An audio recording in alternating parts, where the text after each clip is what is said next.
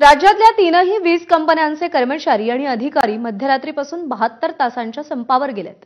मात्र सरकारनं मेस्मा लागू करत संप बेकायदेशीर असल्याचं जाहीर केलंय। संपामुळे पुढचे 3 दिवस राज्यातील वीज यंत्रणेची जबाबदारी कंत्राटी कर्मचाऱ्यांच्या भरवशावर असेल। राज्यातल्या अनेक प्रमुख शहरांमध्ये वीज वितरणाची समांतर जबाबदारी काही खासगी कंपन्यांना देण्याची प्रक्रिया सुरू आहे आणि त्याला विरोध म्हणून हा संप पुकारण्यात आलाय। सर्वोच्च पदावरील निवडक अधिकारी वगळता सुमारे 90% अधिक अधिकारी कर्मचारी संपावर गेल्याचा दावा कृती समितीने केलाय।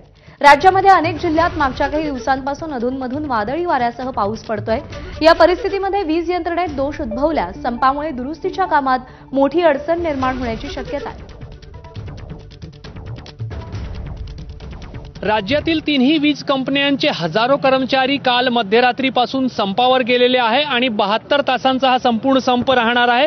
महाराष्ट्र राज्य विद्युत कर्मचारी अभियंते अधिकारी कृती समिती यांच्या नेतृत्वामध्ये हा संप जो आहे तो केला जात आहे आणि सध्या आम्ही नागपूरच्या कोराडी औष्णिक वीज प्रकल्पाच्या दारासमोर आहोत आणि या ठिकाणी तुम्ही पाहू शकता की महानिर्मितीचे जे कर्मचारी आहेत ते सुद्धा संपावर ठाम आहेत।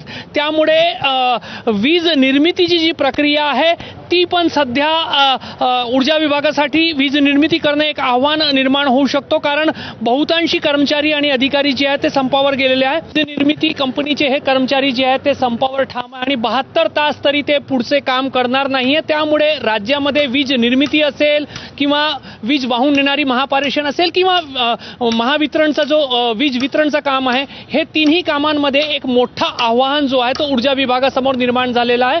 मेस्मा जरी लागू केला असला तरी आम्ही त्याला घाबरत नाही, अशा पद्धतीचा एक निर्माणीचा इशारा सुद्धा कर्मचाऱ्यांकडून दिला जात आहे। कॅमेरामॅन मिथुन आदमानेसह रजत वशिष्ठ, एबीपी माझा, नागपूर। आणि या सगळ्या घडामोडींसह ब्रेकफास्ट न्यूज मध्ये एक छोटासा ब्रेक घेऊन थोड्याच वेळात पुन्हा भेटूया। पाहत रहा एबीपी माझा।